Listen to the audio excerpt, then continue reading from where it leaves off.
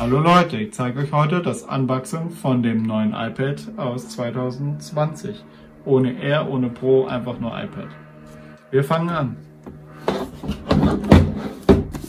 Machen wir erstmal kurz die Folie auf.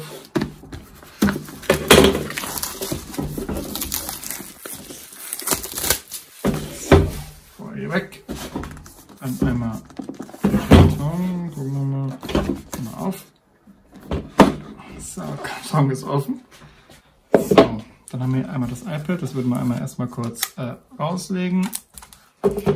Und wir gehen einmal an den Inhalt. Wir haben hier einmal das ganz normale Lightning USB-Kabel. Wichtig ist, nur das Pro hat den USB-C-Anschluss, das Air, genauso wie das normale iPad, hat noch ganz normal USB auf Lightning.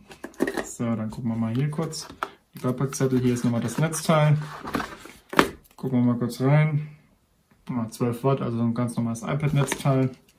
Und hier sind die ganzen Beipackzettel mit Apple-Stickern. Gucken wir mal kurz, müssten hier hinten drin sein.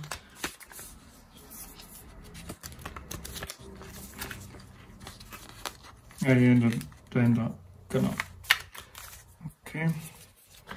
Machen wir wieder hin, Dann gehen wir jetzt einmal an die Folie. In dem Fall ist das weiße Modell. Einmal umdrehen, aufmachen, tun wir es immer. So, einmal die Seiten, hier hinten noch, mal rausnehmen, mal auf die Seite legen. So. In dem Fall ist es das iPad 2020, in dem Fall auch noch ein ganz normaler Fingerabdruckscanner und noch nicht Face ID, das hat in dem Fall auch nur das Pro. Genau, dann hier ganz normal die Lautstärke wirken, wie bei allen anderen iPads auch. Oben Anschalter. Hier ist sogar noch ein Mikrofonanschluss. Das haben ja die anderen auch nicht mehr. Auf der Seite ist ein Dock-Connector für zum Beispiel Tastaturen.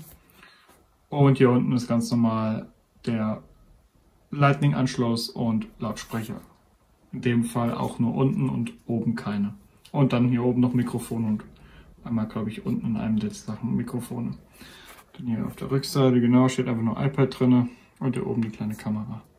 In dem Fall ganz normal wie die letzten iPads, auch nur mit der neuesten CPU-Generation. So, das war's schon gewesen. Bei Fragen unten in die Kommentare und für einen Daumen hoch. Ja, Freunde, Dankeschön.